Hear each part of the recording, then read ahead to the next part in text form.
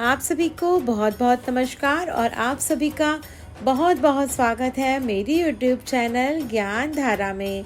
आज है अक्षय तृतीया, तो आज हम जानेंगे अक्षय तृतीया की तिथि, शुभ मुहूर्त, खरीदारी का शुभ मुहूर्त, अक्षय तृतीया का महत्व, पूजा विधि, कथा। और इस साल अक्षय तृतीया बहुत ही दुर्लभ संयोग में आ रही है।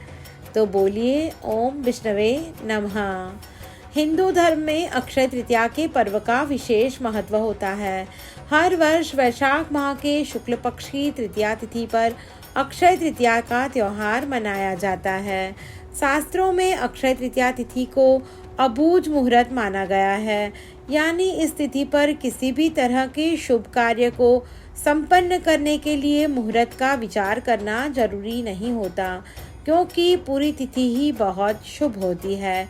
अक्षय तिथि, जैसे कि इसके नाम से स्पष्ट हो रहा है, ऐसी तिथि जिसका क्षय ना हो सके। अक्षय तृतीया पर माँ लक्ष्मी, भगवान विष्णु और कुबेर देव की विशेष रूप से पूजा आराधना की जाती है। अक्षय तृतीया पर सोने चांदी से बने आभूषणों की खरीदी करना भी बहुत ही शुभ माना गया है। इस तिथि हर तरह से शुभ कार्य करने की परंपरा होती है। इस वर्ष अक्षय तृतीया पर बहुत ही शुभ योग बन रहा है। अक्षय तृतीया के पर्व को लेकर कई तरह के पौराणिक मान्यता है। इस बार अक्षय तृतीया का पर्व 10 मई शुक्रवार को है। तो अब हम जानेंगे अक्षय तृतीया की तिथि और शुभ मुहूर्त के बारे में। पंचांग के अनुसार 10 मई को वैशाख माह के शुक्ल पक्ष की तृतीया तिथि की शुरुआत सुबह 4:17 पर होगी। वहीं इस तिथि का समापन 11 मई को रात 2:50 पर होगा। ऐसे में उदया तिथि के आधार पर अक्षय तृतीया 10 मई को मनाई जाएगी। अक्षय तृतीया की शुभ खरीदी का मुहूर्त। अक्षय तृतीया के दिन खरीदारी करना बहुत ही शुभ माना गया है। इस तिथि पर सबसे ज़्यादा सोने चांदी से बने आभूषण की खरीदारी की जाती है। इस वर्ष 10 मई को अक्षय तृतीया है और सुबह 5:33 से लेकर दोपहर 12:18 तक सोने चांदी समेत अन्य चीज़ों की खरीदारी का बहुत ही शुभ मुहूर्त है। अब हम जानेंगे अक्षय तृतीया पर जो दुर्लभ संयोग बन रहा है उसके बारे में। इस बार अक्षय तृतीया के दिन बहुत ही अच्छा और दुर्लभ योग बन रहा है। 10 मई को अक्षय तृतीया के दिन चंद्रमा अपनी उच्च राशि यानी कि वृषभ राशि में मौजूद होंगे। सूर्य भी अपनी उच्च राशि यानी मेष में मौजूद होंगे। सूर्य चंद्रमा दोनों ही अक्षय तृतीया पर उच्च राशि में मौजूद रहेंगे। इसके अलावा अक्षय तृतीया के दिन रोहिणी नक्षत्र रहेगा और रवि, धन, गजकेसरी, शुक्रादित्य, शश, लक्ष्मी नारायण और त्रिगही योग का भी दुर्लभ संयोग रहेगा। अब हम जानेंगे अक्षय तृतीया के महत्व के बारे में। सभी तिथियों में वैशाख माह के शुक्ल पक्ष की तृतीया तिथि का विशेष महत्व है, क्योंकि इस तिथि पर कई तरह की पौराणिक घटनाएं घटित हुई थी। अक्षय तृतीया के दिन शुभ और मंगल कार्य करना बहुत ही शुभ और फलदायी माना गया है। इसी कारण से लोग कोई भी अपना शुभ कार्य अक्षय तृतीया के दिन करना पसंद करते हैं। धार्मिक मान्यता के अनुसार अक्षय तृतीया पर किया जाने वाला शुभ कार्य कभी भी क्षय नहीं होता और लगातार इसमें वृद्धि होती है। इस दिन सोने चांदी से बनी चीज़ें खरीदी जाती हैं।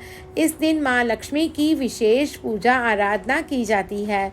अक्षय तृतीया पर महाभारत के युद्ध की समाप्ति हुई थी। त्रेता युग की शुरुआत अक्षय तृतीया पर हुई थी। इसके अलावा भगवान परशुराम, नारायण और यज्ञ का प्रादुर्भाव भी इसी दिन हुआ था। शास्त्र कहते हैं कि इस दिन यदि मंत्र का जाप एक माला भी किया जाए तो उसका फल लाखों जपमालाओं के बराबर होता है। अब हम जानेंगे अक्षय तृतीया की पूजा विधि के बारे में। अक्षय तृतीया को 10 मई शुक्रवार की सुबह जल्दी उठकर सबसे पहले स्नान आदि करके इसके बाद हाथ में जल और चावल लेकर व्रत पूजा का संकल्प लें। भगवान विष्णु के साथ देवी लक्ष्मी की प्रतिमा या चित्र घर के एक साफ स्थान पर एक बाजोट के ऊपर स्थापित करें। गाय के दूध से विष्णु और माँ लक्ष्मी जी की प्रतिमा का अभिषेक करें और मंत्र जाप करें। इसके बाद शुद्ध जल से पुनः भगवान का अभिषेक करें। कुमकुम से तिलक लगाएं, फूलों की माला पहनाएं, शुद्ध घी का दीपक जलाएं। अबील, गुलाल, चावल, फूल, पान, फल, वस्त्र, नारियल आदि चीजें एक एक चढ़ाते रहें। खीर का भोग लगाएं, आरती करें और प्रसाद भक्तों में बांट दें। पूजा के बाद भगवान विष्णु और देवी लक्ष्मी से सुख समृद्धि के लिए प्रार्थना करें। संभव हो तो कुछ देर वहीं बैठकर ईश्वर का ध्यान करें। इस प्रकार अक्षय तृतीया पर जो देवी लक्ष्मी और भगवान विष्णु की पूजा करते हैं उसे कभी धन की कमी नहीं होती और सभी मनोकामनाएं पूरी होती हैं। अब हम जानेंगे अक्षय तृतीया पर कौन से मंत्र का जप करें। पहला मंत्र है ओम श्रीम ह्रीम श्रीम कमले कमलालये प्रसीद प्रसीद। ओम श्रीम ह्रीम श्रीम महालक्ष्मी नमः। दूसरा मंत्र है ओम श्रीम महालक्ष्मी च विद्महे विष्णु पत्ने च धीमहि तन्नो लक्ष्मी प्रचोदयात्। ओम।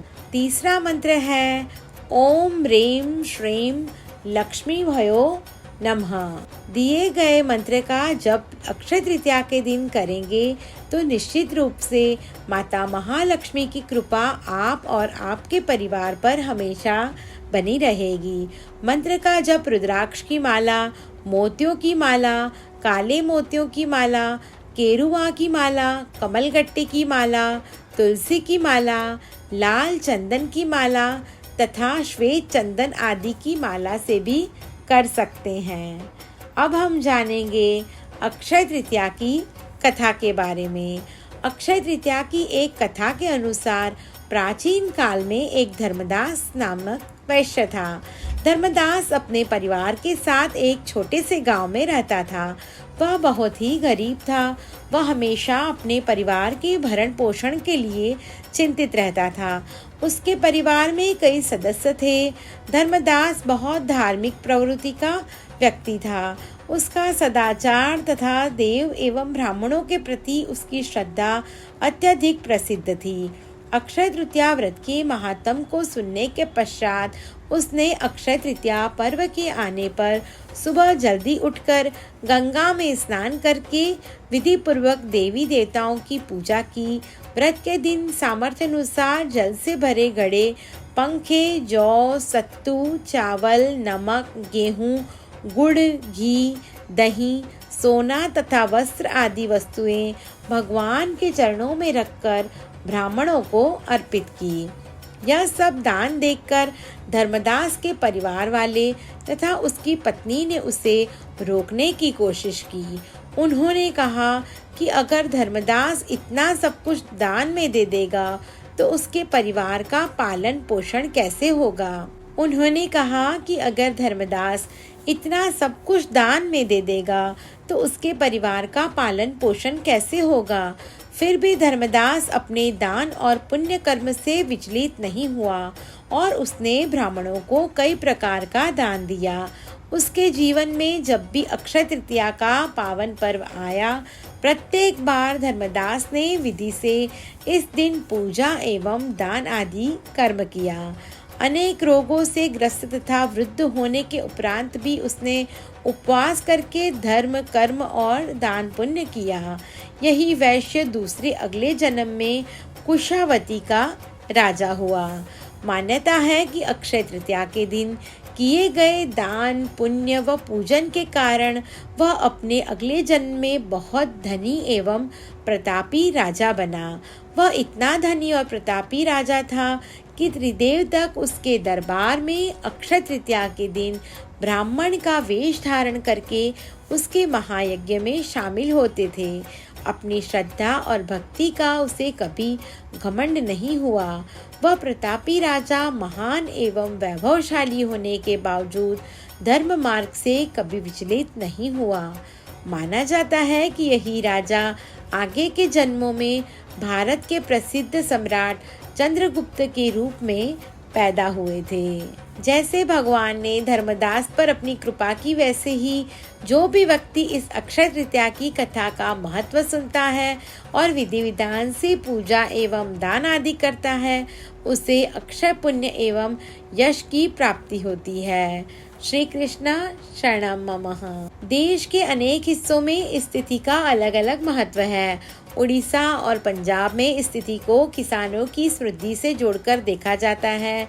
बंगाल में इस दिन भगवान गणेश जी और माता लक्ष्मी जी का पूजन कर सभी व्यापारी अपना लेखे जोखे की किताब शुरू करते हैं। धार्मिक मान्यता के अनुसार द्वापर युग में महाभारत काल में जिस दिन दुशासन ने द्रौपदी का चीरहरण किया था, उस दिन अक्षय तृतीया तिथि थी। उस दिन द्रौपदी की लाज बचाने के लिए श्री कृष्ण स्वयं आए थे और उन्होंने पांचाली को अक्षय चीर का वरदान प्रदान किया था। कहते हैं कि जिस दिन सुदामा अपने मित्र भगवान कृष्ण से मिलने गए थे, उस दिन अक्षय तृतीया तिथि थी। सुदामा के पास कृष्ण को भेंट करने के लिए चावल के मात्र कुछ मुट्ठी भर दाने थे, जिन्हें उन्होंने श्री कृष्ण के चरणों में अर्पित कर दिए। उनके इस भाव के कारण कान्हा ने उनकी झोपड़ी को महल में बदल दिया। अक्षय तृतीया के दिन ही पांडव पुत्र युधिष्ठिर को अक्षय पात्र की प्राप्ति हुई थी। इसकी विशेषता यह थी कि इसमें कभी भी भोजन समाप्त नहीं होता। इसी पात्र की सहायता से युधिष्ठिर अपने राज्य के भूखे और गरीब लोगों को भोजन उपलब्ध कराते थे। भविष्य पुराण में अक्षय पात्र का संबंध स्थाली दान व्रत से भी बताया गया है। अक्षय तृतीया के दिन ब्राह्मण को भोजन करवाना कल्याणकारी माना गया है। मान्यता है कि इस दिन सत्तू अवश्य खाना चाहिए, नए वस्त्र और आभूषण पहनने चाहिए। कहा जाता है कि अक्षय तृतीया के दिन दान पुण्य करने से जीवन में आ रही परेशानियां दूर हो जाती हैं। इस दिन जल से भरा घड़ा, शक्कर, बर्फी, सफ़ेद वस्त्र, गुड़, नमक, शरबत, चांदी, चावल का दान बेहद शुभ माना गया है। अक्षय तृतीया के दिन धार्मिक पुस्तकों और फलों का दान भी किया जा सकता है। अगर इस दिन आप ज़रूरतमंद को सहायता करेंगे तो आपके जीवन में सुख सुविधाएं बनी रहेगी। इस दिन माँ लक्ष्मी जी की पूजा करनी चाहिए। इस दिन नए व्यापार का प्रारंभ करना भी काफ़ी फलदायी माना गया है। कहा जाता है कि इस दिन किया गया निवेश कई गुना बढ़ जाता है। ऐसी मान्यता है कि इस दिन अगर हम भौतिक संसाधन जुटाएं तो वे हमारे पास हमेशा के लिए बने रहते हैं। इसलिए ये खास दिन नया काम शुरू करने, बर्तन, सोना चांदी जैसी कीमती वस्तुओं की खरीदारी करने के लिए बहुत ही शुभ माना गया है। ये भी कहा जाता है कि इस दिन खरीदा गया सोना पीढ़ियों के साथ बढ़ता चला जाता है। आप सभी को मेरी ये वीडियो पसंद आई हो तो मेरी YouTube चैनल ज्ञान धारा को लाइक, शेयर और सब्सक्राइब करना ना भूलें। धन्यवाद।